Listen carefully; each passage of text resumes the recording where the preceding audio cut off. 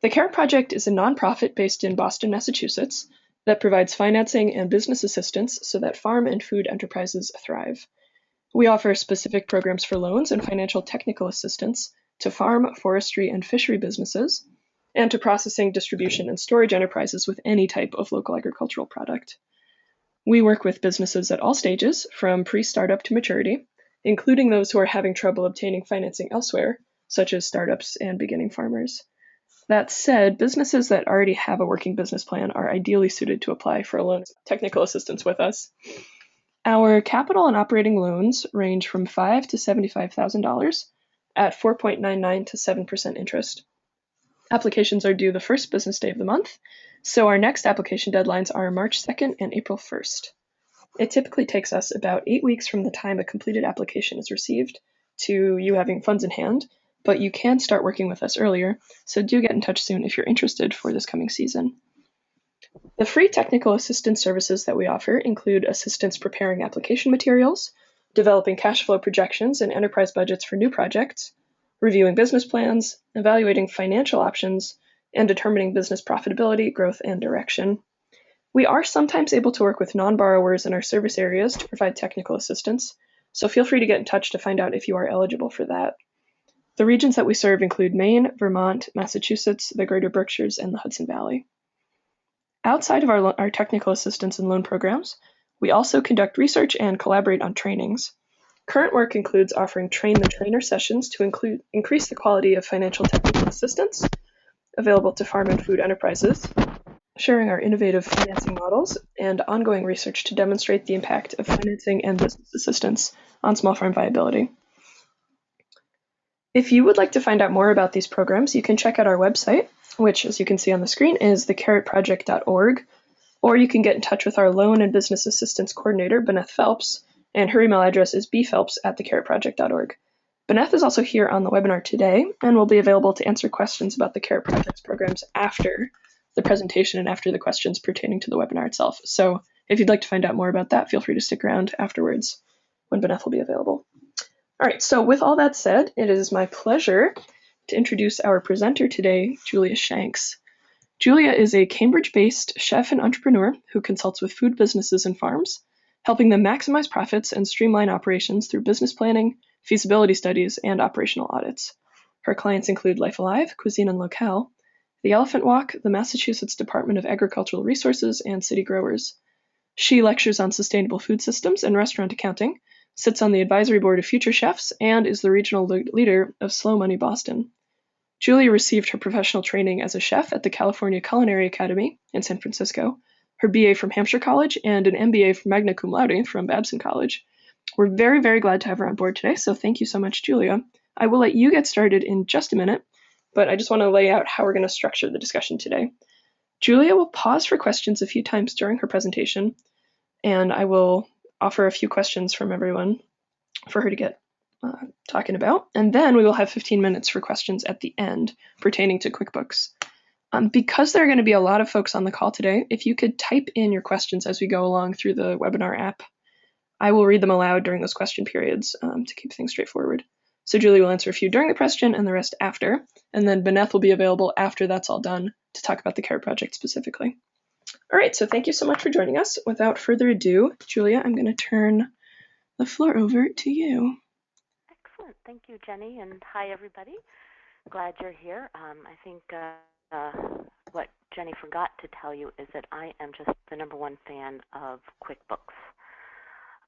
Oh, hang on a second. I think you see my screen, and now you see it in presentation mode. So we're going to get started on QuickBooks today. The basic agenda for the webinar is an overview of why it matters and why I'm such a big fan of QuickBooks and why I think everybody should use it. Talk about a little bit of accounting just so you can understand the underlying mechanics on QuickBooks, because I think it'll make a little bit more sense if you can develop a little bit of your intuition in terms of accounting. And then we're going to go over the things that you must do in QuickBooks to manage your farm finances. Just want to make a couple of disclaimers that before we begin. First of all, I'm going to be sharing a lot of screenshots, and if I log into my own QuickBooks file, it's all going to be the desktop version for PC. There's also an online version of QuickBooks, and there's also a Mac version. So the screens are going to look a little bit different here if you don't have QuickBooks Desktop for PC, but the features and functionality are going to be the same. It's just a matter of where you find everything. I'm also going to show you some numbers and examples, and everything is made up. And if the numbers don't make sense to you because, who spends $550,000 on seeds, it's because I made them up. And the other thing is that as you set up your own QuickBooks files, you're going to need to do what makes sense for you. I'm giving you some examples here, but your own business will maybe require different tweaks so that it makes sense for you, your business, and how you think about your managerial decisions. So why bother? QuickBooks is a great way, at the very least, just to balance your checkbook. I like to think of it as a checkbook on steroids. That you can balance your checkbook. You can know how much money you have in your bank account at any given time. It makes filing your taxes at the end of the year so much more simple. All you need to do is print out a profit and loss statement and a balance sheet, send it off to your accountant. It's very straightforward. You can keep track of who you owe money to and who owes you money. Beyond that, you can really think about your business and grow your business with the numbers. Excuse me. You can figure out where you're making the most money, what customers are most profitable, what profit centers products. Is it your tomatoes? Is it your farmer's market? Where are you making the most money? And similarly, where aren't you making as much money? Where is your cash going, and can you afford to make new purchases? By keeping good records in QuickBooks, all the numbers are going to start to tell a story, and when you want to know what's going on in your business, you're going to be able to find it a lot more easily.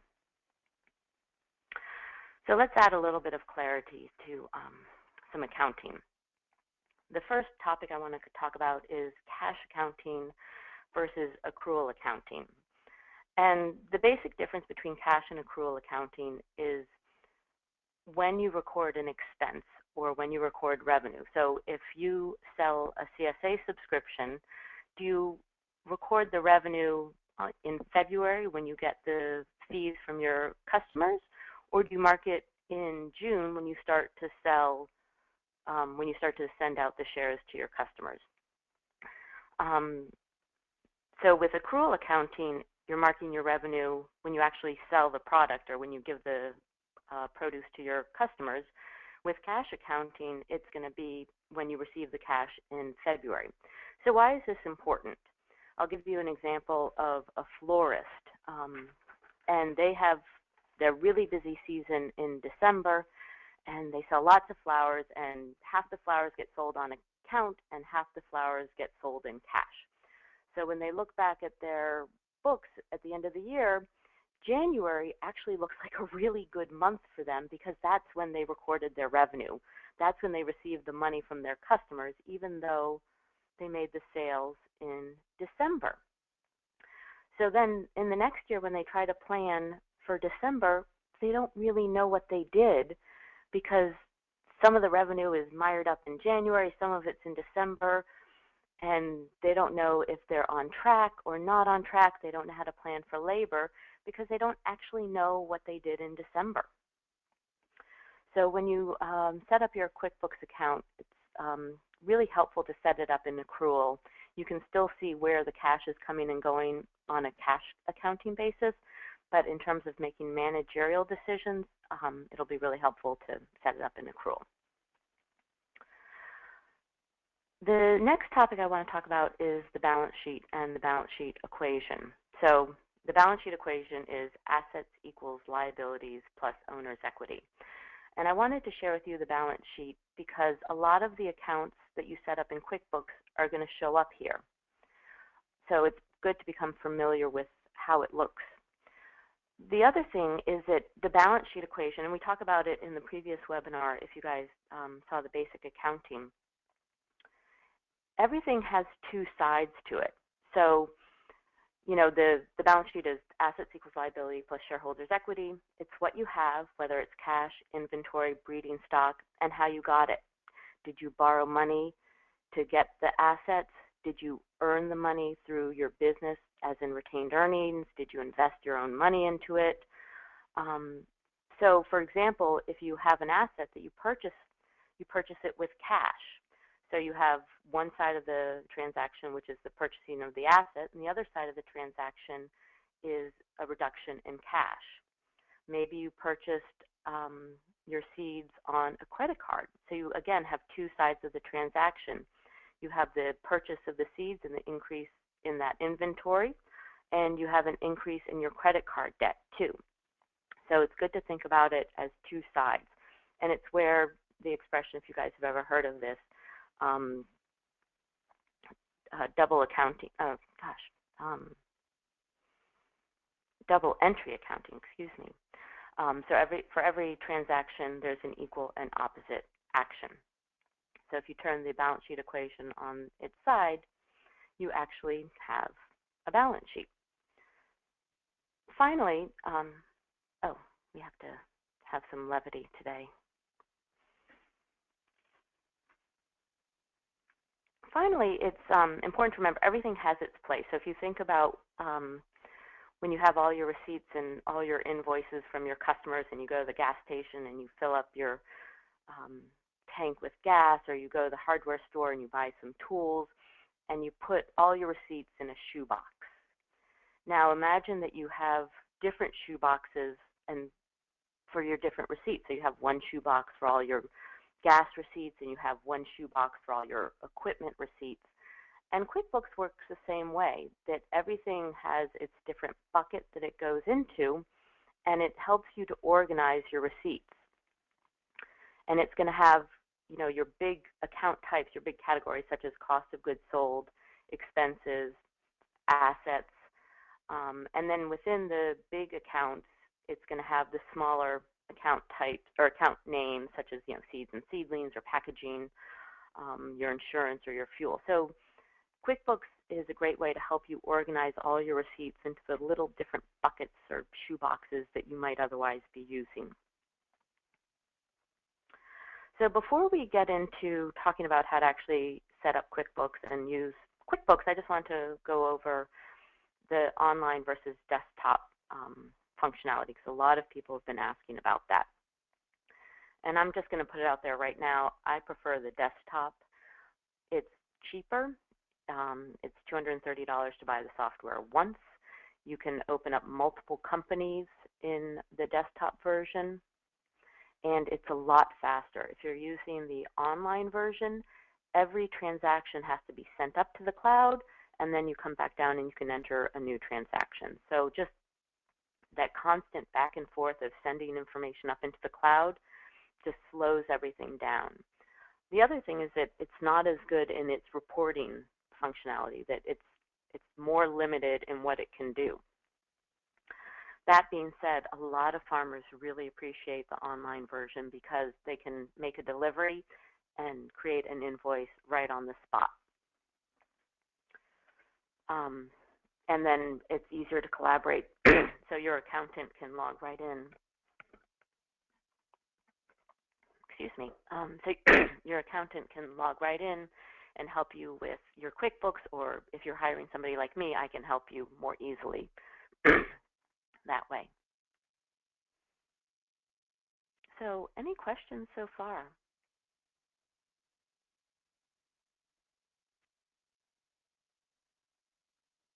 Okay, I think we'll move on. Sorry, so Julie, I now just let's had talk a hard about time how to get set up in QuickBooks. Oh.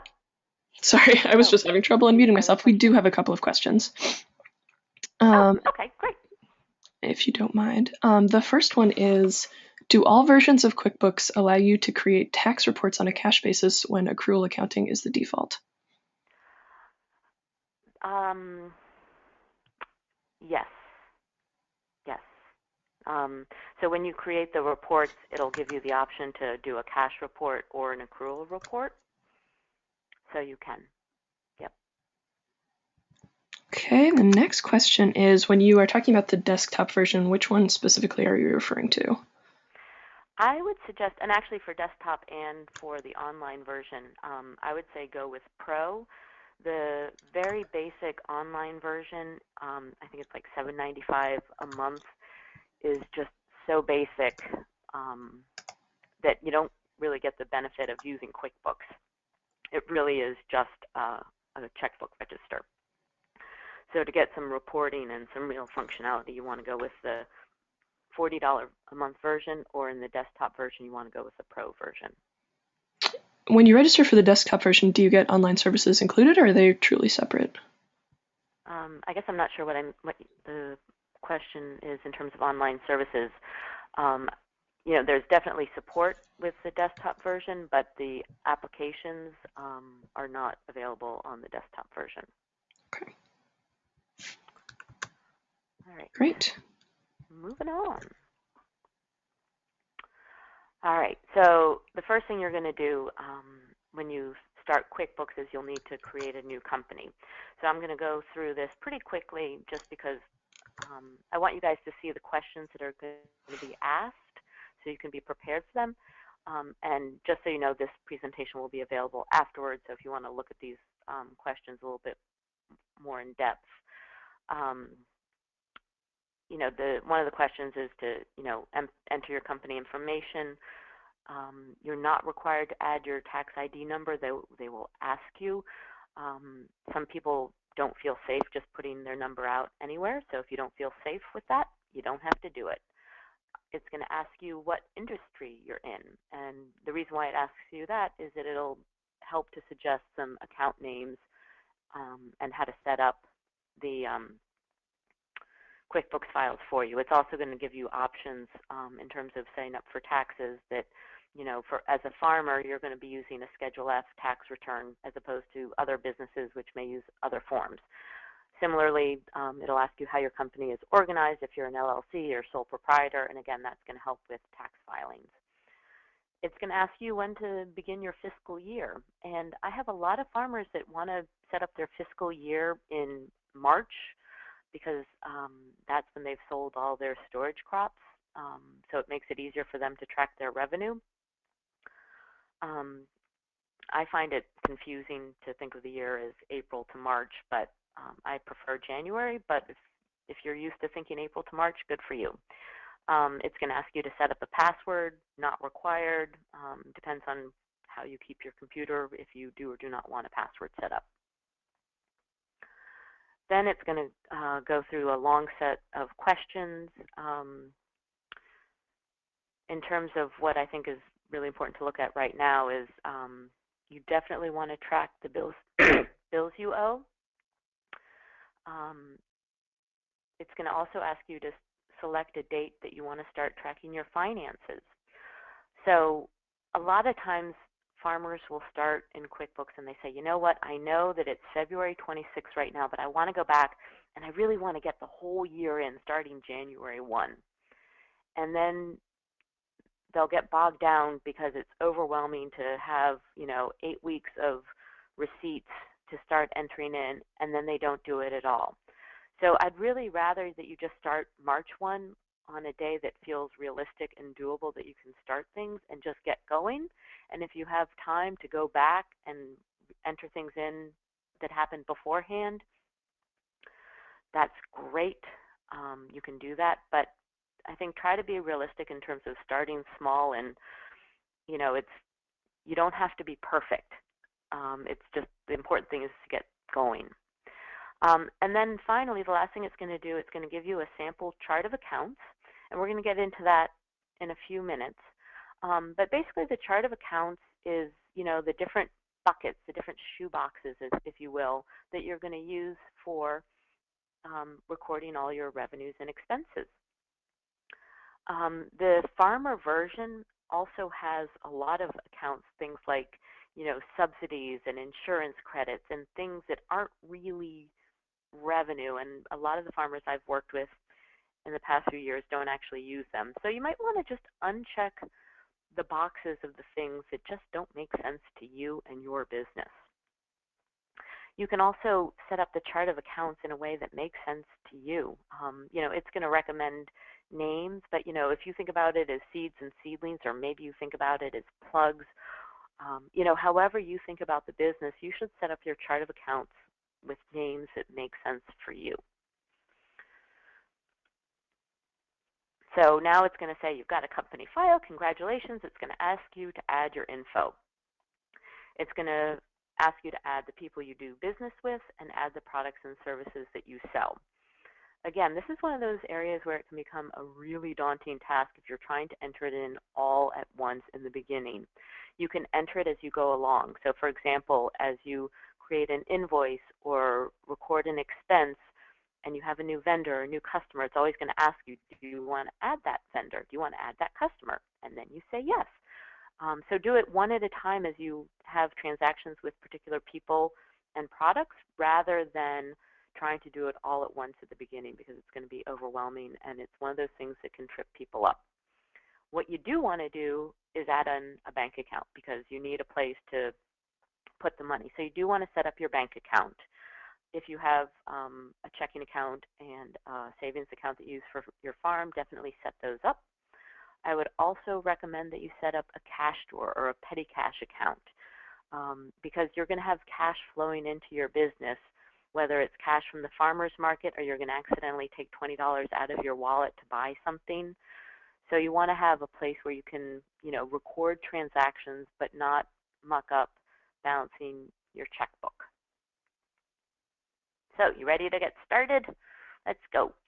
All right, so when you're setting up your chart of accounts, this is going back to the balance sheet and also the income statement.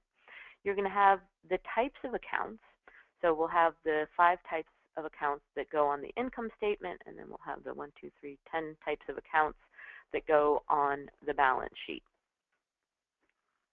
And then within these accounts, you're going to have account names.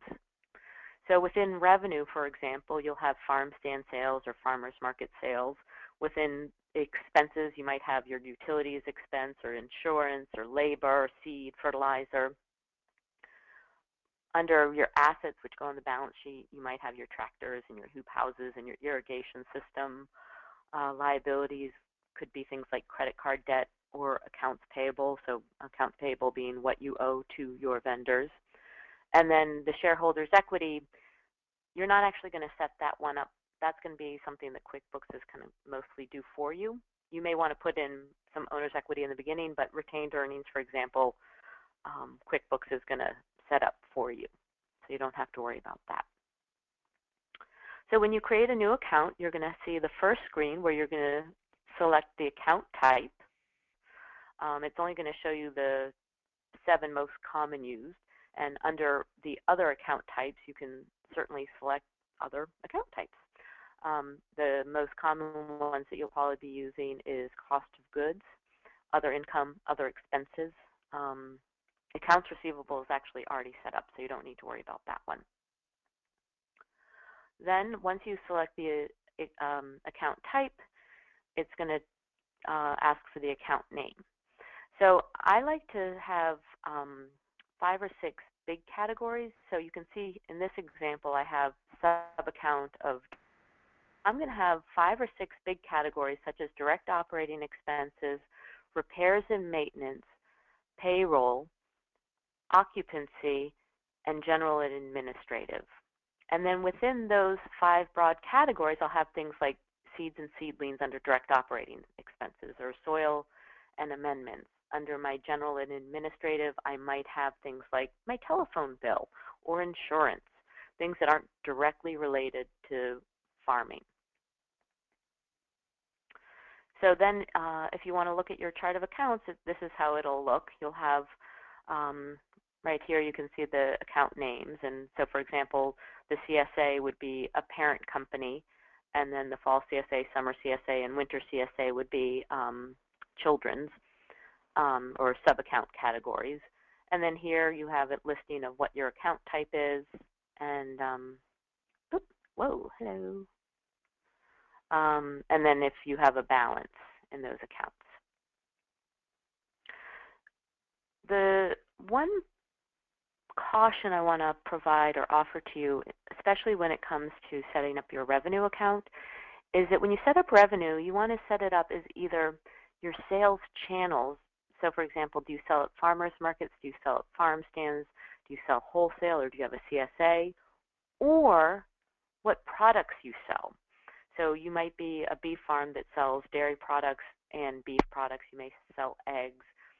But if you try to, have your revenue as, beef and eggs and CSA and farmers market, it's going to get confusing, because at the farmers market you might sell vegetables and eggs, and you might sell beef at the wholesale and at the co-op.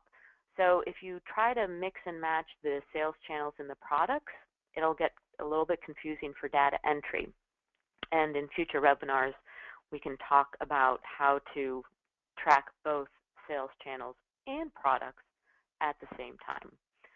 And then again, we talked about the expenses, where you want to have your parent categories and then your sub-account or children categories. So any questions about the chart of accounts?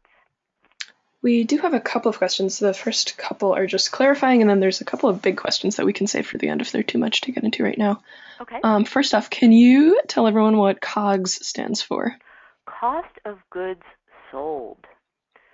So it's kind of an expense, but on your income statement it's formatted a little bit differently, but it's really an expense. So a cost of goods sold might be if you have a farm stand and you purchase some produce and sell some of your own produce, the cost of goods sold would be the produce that you bring in to sell. Great. And can you just list out the 5 or 6 big accounts you should have again and clarify what should be in each of them? All right, so right here are the parent accounts. So COGS is the cost of goods sold. Direct operating expenses are things like, soil amendments, fertilizer, small tools, black plastic or mulch, things that are directly related to farming. Payroll, you're going to want to do, obviously, basic payroll expense, but also payroll taxes and workman's comp insurance. So what is the total cost of having employees? And this is actually the category where it has the most value of using these parent categories, because otherwise QuickBooks is going to alphabetize all the expense categories. So you might have labor and wages and workman's comp and payroll taxes, and they're going to be scattered all about your income statement, and you won't really be able to see the true cost of having employees. But if you use that parent category of payroll, then you're going to be able to see in the subcategories that total cost of having employees. General administrative is going to be things like your telephone bill, your insurance, bank fees, or paying your accountant at the end of the year to file your taxes, things like that. Repairs and maintenance, I'm sure you guys know what repairs and maintenance are, just the cost of maintaining all your equipment or repairing it. Occupancy is how much does it cost to be on the land. So that's the utilities, gas and electric. If you're paying rent, technically the mortgage wouldn't go on the income statement, but you may want to put your mortgage payments there.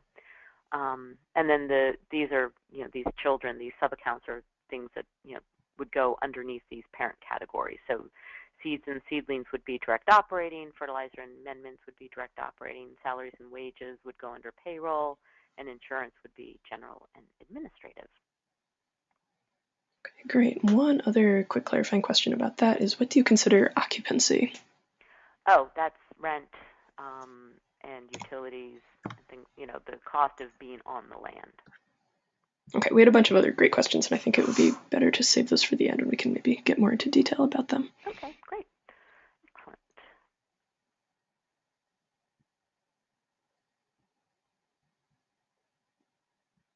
So once you get started, here is the home screen. And the first place where I think people get tripped up is sort of this flow chart. So, it's got a section here for the vendors. So, the bills that you receive from your vendors, and you pay bills to your vendors. Your customers, you create invoices for your customers, you receive payments from them, maybe you create a sales receipt. If you have employees, you track their time. Here are your banking functions and features. What can get confusing is that, when do you enter a bill versus pay a bill? They kind of are the same. And, if I'm writing a check, am I really writing a check? Yeah, what does that mean? I just, I did a bank, I just went to the ATM and got $300. I'm not really writing a check. So, the names that they choose don't always make sense intuitively, but hopefully we can clarify some of that. So the first thing we're going to talk about is paying bills. So when you think about bills, there's two ways we can do this. And I hesitate to even use the word bill, even though that's what I put here, because that's what they have here on the screen. But think about it as expenses. So, you may place an order with Johnny's for seeds and you receive the invoice from them. It's a bill from them. And so you'll want to enter that in. But maybe you go to Home Depot to buy some lumber and you just put it on your debit card, or you write a check to Home Depot. So some bills you're going to want to enter to pay later, and some bills you're just going to pay right away. So if you're entering bills to pay later, then you need to always do these two functions together. And if you're just writing a check, then you use the write check function. And the reason why you want to do it this way is that when you enter a bill, that's going to allow you to track what you still owe and haven't paid. So you want to enter it in, and then you'll pay it a couple of days later. But if you're just paying a bill, the Verizon bill comes, you write a check, then you just use the write check function. So entering and paying bills. So you click on the enter bill function right there. And you can enter in the vendor name. Again, here's an example where if you enter in the vendor here and you haven't used that vendor before, it'll ask you to set it up. You can set it up. You'll want to enter in the date of the invoice and the due date. And the reason why you want to do the date of the invoice and the due date is that you can then keep track of who you owe and when. So by entering in the due date, it'll say, are you overdue or not? If the due date, let's say, was February 1st, it's now 26 days overdue, so it'll show up in the 1 to 30 days. So this is a good way to keep track of the bills you owe when they haven't been paid, or when they have or haven't been paid. So you'll enter in the bill, and then you enter in the due date, how much you owe. You may want to buy different things from the same thing. You go to the lumber store and you might get some field supplies, you might get tools, you might get some soil amendments for fertility. And just because it's one invoice from one person, you can still enter in different expenses. So it's really helpful to do that because now you start to know where exactly your money is going. So every time you make a purchase, try to break it down into some of the broad categories that you've set up in your chart of accounts. So these account names right here are the accounts that you had set up in QuickBooks in the chart of accounts. We're going to talk about the customers and jobs and classes in a future webinar. Then you go to pay your bills, and you click on the pay bill function right here when you go to pay the bill. And it's going to show up with all the bills that you owe. And this particular screenshot, they owed a lot of money to a lot of different people. And you can see, when was the due date. You can select the bills that are due on or before a date. So for example, what are the bills that are due on March 1st, so that you can start to queue up those bills to pay. And then you can just start to check off all the different bills that you want to pay. And then you can select assign a check number. The option to print checks, when you get fancy with QuickBooks, you might want to buy checks that you can run through your printer. But if you're using QuickBooks as a register, a checkbook register, then you'll just want to assign the check numbers, because then you will be writing, you'll just handwrite the checks. QuickBooks isn't actually going to write the checks for you if you don't have that set up, but you can still handwrite the checks and assign the check number. And then you check off which bills you want to pay, and it'll give you the option to assign the check numbers, and it'll debit the money from your account.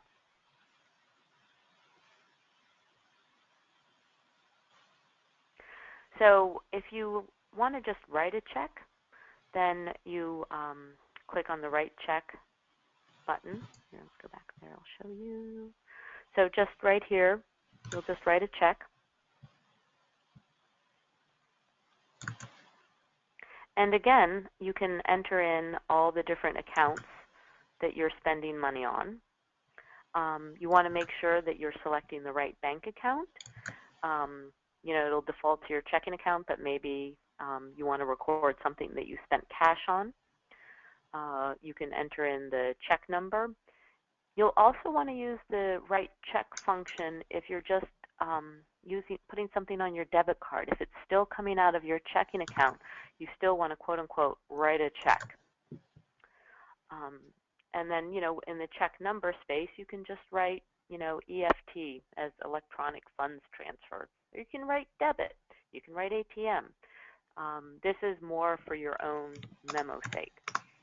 And if you're not sure that you're going to remember what you meant by field supplies, sometimes it's helpful just to make a little note here in the memo, so that if you ever want to go back and remember what you were actually spending money on, you can have that little note in the memo field. So any questions about paying bills and writing checks? We had a bunch of questions about what if you're using a debit card, but I think you just answered those, which is great. Okay. Another question about COGS. Does that include the cost of goods that you produce yourself?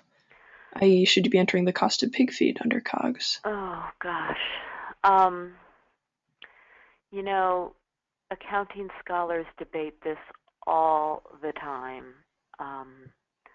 I personally would put it under direct operating expenses and not under cost of goods. I think of cost of goods as more of a direct resell, that, you know, if you buy a pound of carrots and then resell the carrots, or, you know, maybe you buy tote bags for your CSA members and then you resell it to them. I think of it more as those direct products that you purchase and then resell.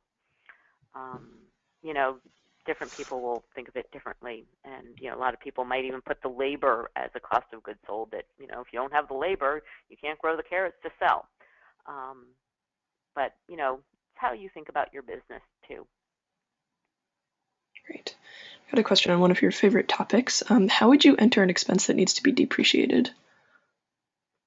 So those are going to be assets. Those aren't going to be expenses per se. So, all right.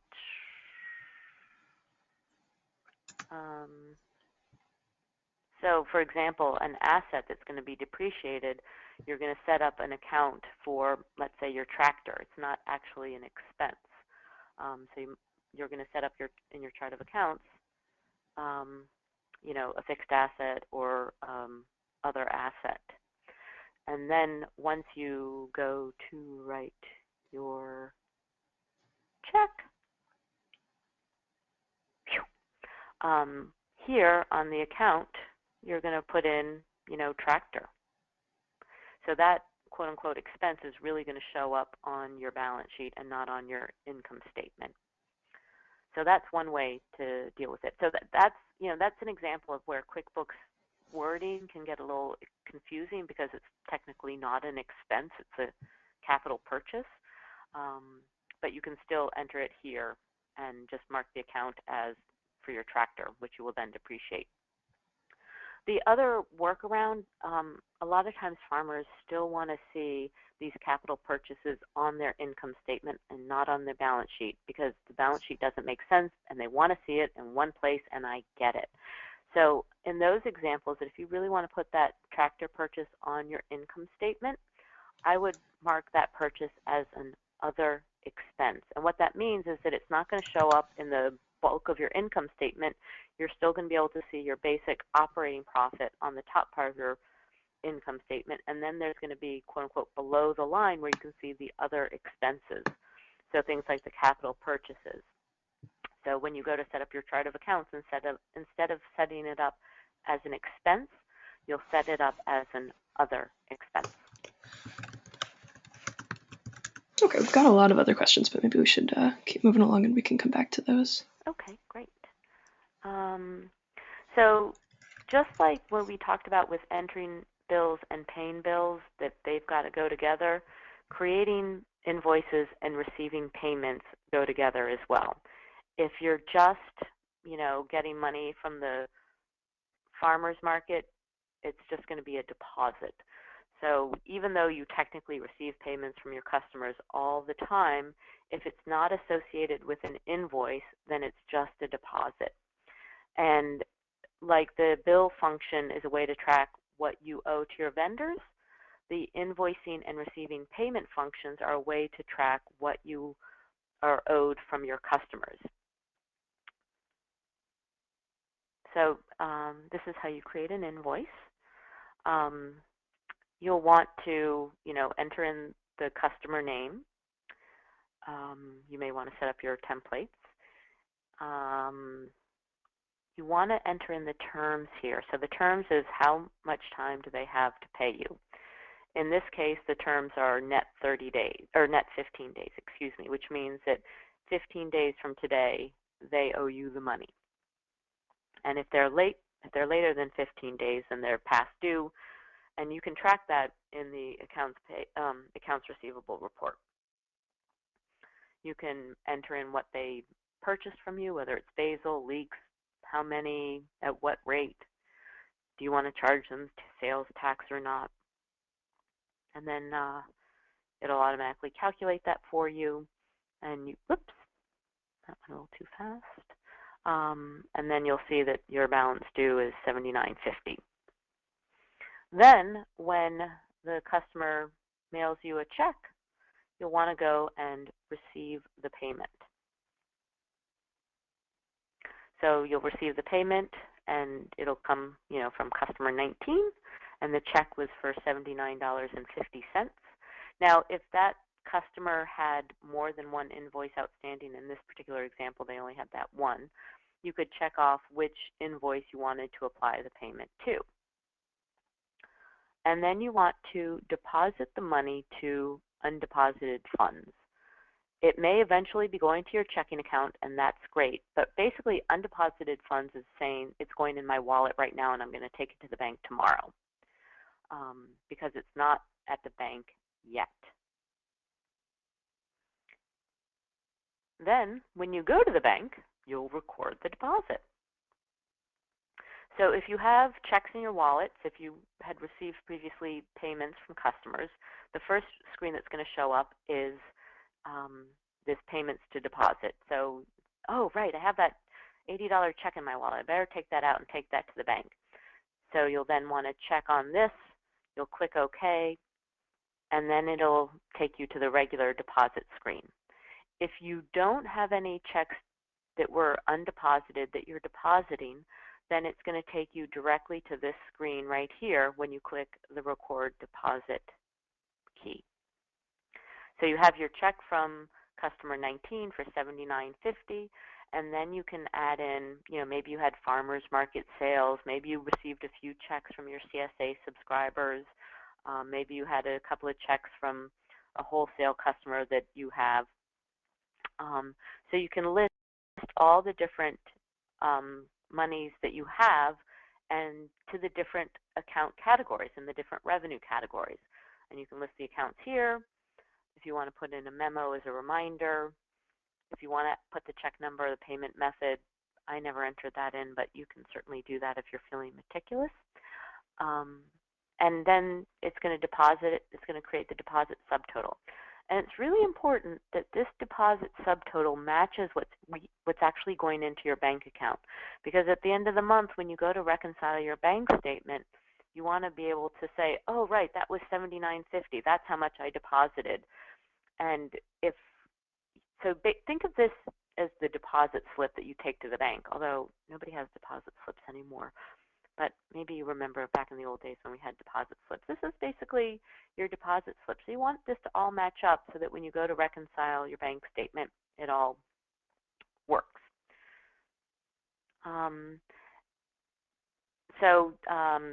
If you're just making a deposit, the customer or the vendor name, who it's coming from, the account name, just going down right here, we're going to talk about classes later on and how much. So that is actually the end of the presentation. So I have more resources on my website. Certainly feel free to call or email, and we can take more questions now. All right, there are a bunch. So we've had a couple of questions about how could you use the desktop version if you had multiple farm sites or if you were working in cooperation with a bunch of different farmers. Would you be able to set things up so that you could collaborate on the same accounts, or how would that work? Can you say that question again, please? Sure, I'm kind of combining a couple different questions here. So we've had some questions from people who are operating on multiple farm sites and are wondering how they could build that into the desktop version.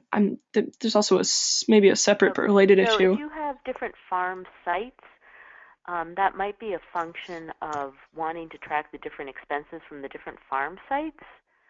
So, you could certainly create expense categories associated with the different farm sites. You could create revenue categories for the different farm sites. What we're going to talk about in the next webinar is how to use classes. So classes will help to differentiate between different farm sites. So we'll get to that then. If you're trying to open up multiple companies on the online version, if you want to have 2 companies, then you need to buy 2 accounts. If you have 2 companies,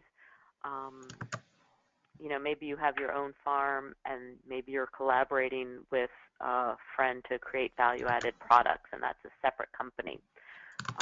So if you want to do it, if you want to have separate companies, then you'll need to pay for 2 companies on the online version. If you have the desktop version, you only need to buy 1 version, and you can open up multiple companies.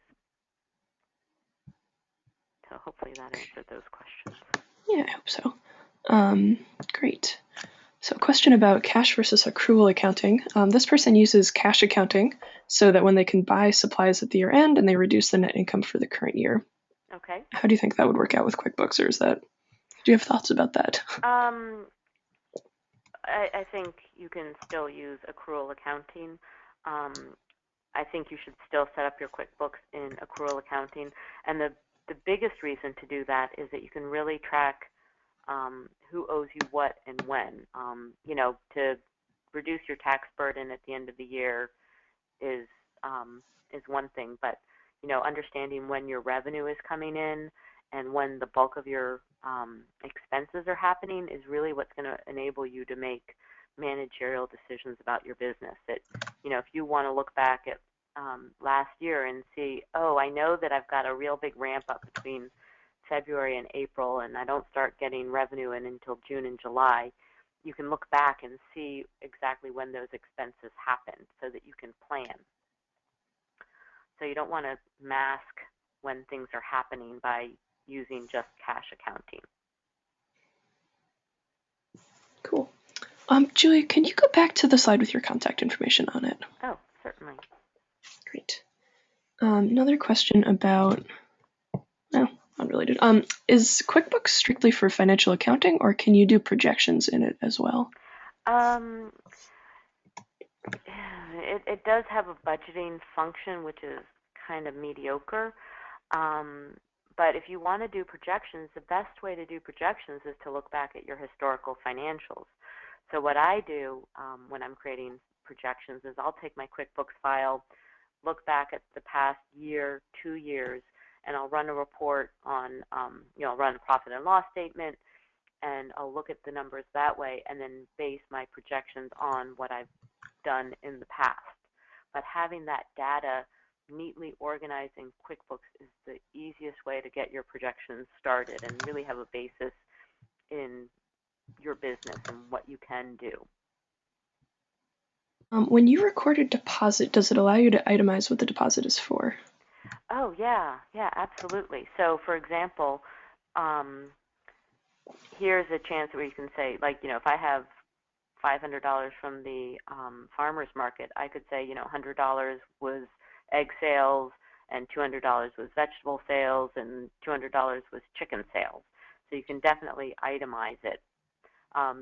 The trick is just to make sure that the deposit total matches what's actually going into the bank. Cool. I think I actually got a question here about how to export historicals as Excel and play with them. So basically, when you run a report, there'll be an option to just export it to Excel. So you can run the reports in QuickBooks, and we'll talk about that in the next webinar, how to run reports. And then you can export it into Excel, and we can talk about that in the next webinar too. Cool. When you're entering payroll, does that include the farmer or the owner's take? Can you pay yourself using QuickBooks? Oh, absolutely, you should pay yourself. And that goes back to the managerial decisions. If you want to really include yourself as payroll to understand the true cost of farming your land, which I think is actually really important, because if you're not farming it, somebody else needs to do the work for you. So, for example, if you break your leg and you can't go out there and run the tractor, you need to hire somebody. So I think you should record your payments to yourself. If you're in a position where you're not sure if you can afford to pay yourself, or you want to just, take a draw, certainly you record owner's draw. And I would, create an account for that as well. Okay, great. Let's see. Well, here's a fun one. Can QuickBooks handle foreign currency? I'm pretty sure it can, but I think you would need to get a more advanced version. If you're using multiple currencies, then you'll need to get a more robust version of QuickBooks, which I do not have experience with.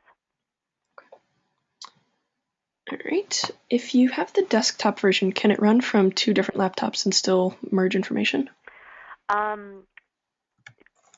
Technically, no, but I've figured out the workaround. So I use Dropbox. So I save the company files on Dropbox, and then I have the program loaded up on different computers. So I have my office computer and my home computer. I can then open up the file from either computer because the file is living on the server. So if you can save the file on the server, then you can access it from multiple computers. The only challenge, of course, is that if you're both working on the file at the same time, if you have 2 farm managers working on the file at the same time, then you're going to have conflicted copies. There is a more advanced version, enterprise version, that will allow you to run it off of multiple computers and merge everything.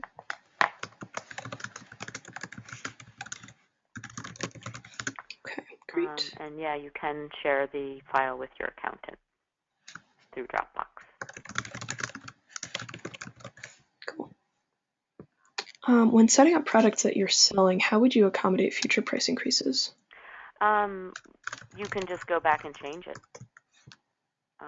If you want to put in the price that you're charging now, you do that, and then it'll automatically, when you create your invoices,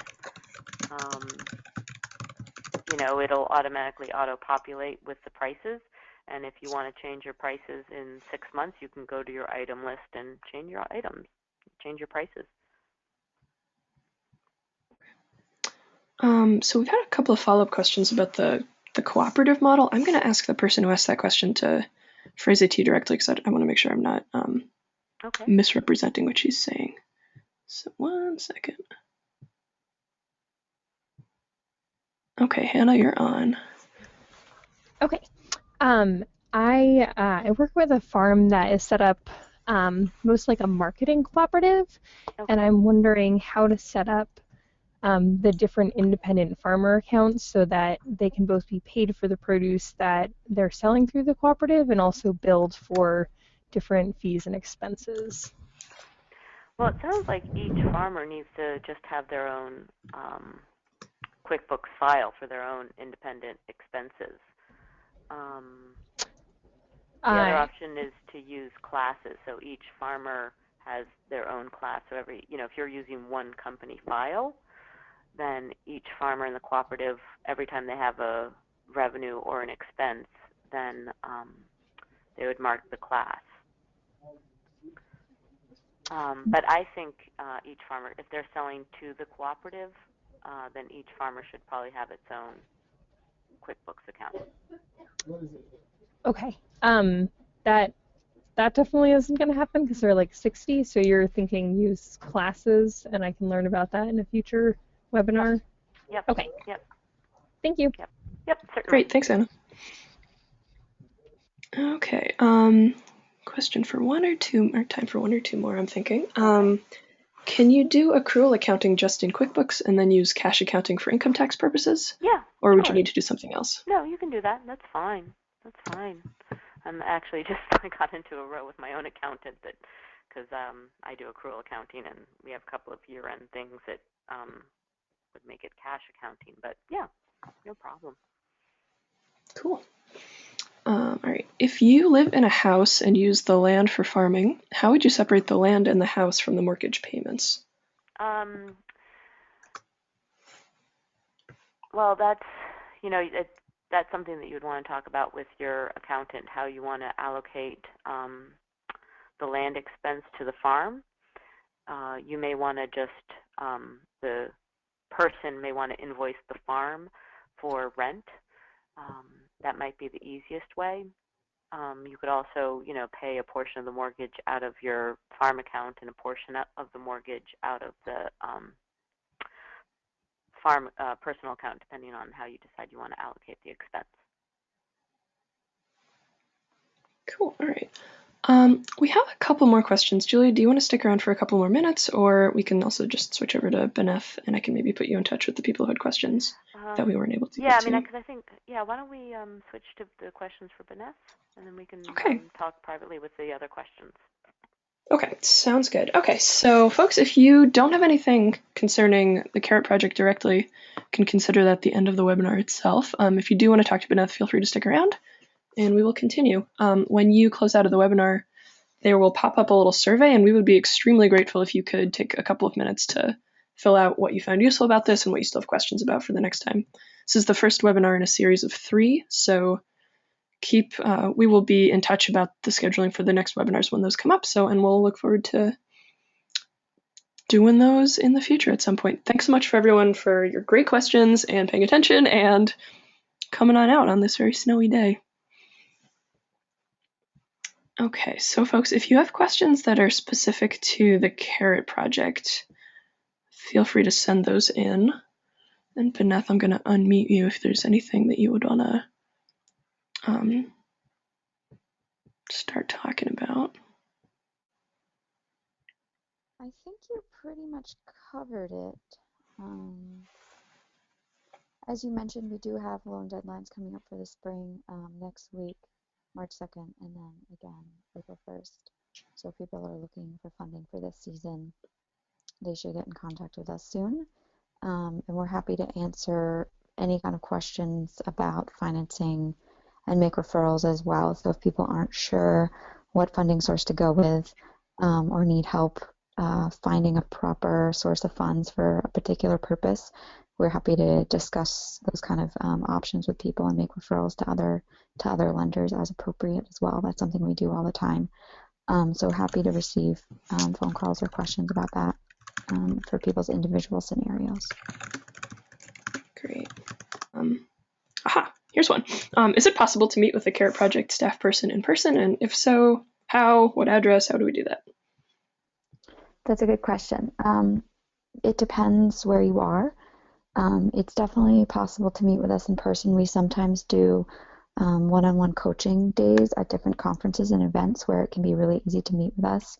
I also do farm visits all the time in the regions that you had mentioned before, Jenny. Primarily myself, I'm working often in Vermont, Massachusetts, and the greater Berkshires and Hudson Valley. If you're outside of our normal service region, we potentially could do a phone consult or work over email. But yeah, we definitely work often in person. Great. Okay, well, if folks don't have any more burning questions for Beneth, it's very easy to get in touch with her through email address or the phone number that are on the screen. You can also tweet at us and follow us at The Carrot Project. We're posting stuff all the time, and you can follow and like us on Facebook, where we'll be posting lots and lots of information about upcoming opportunities and events we'll be attending and all sorts of things if you want to continue being involved. I think that's about that for us. As I said, when you close out of the webinar, you should get a survey popping up, and it would be wonderful if you could fill that out. Okay, so thank you so much to Beneth and to Julia for taking the time out of your day to present today. And if there's any other follow-up questions, feel free to get in touch with us.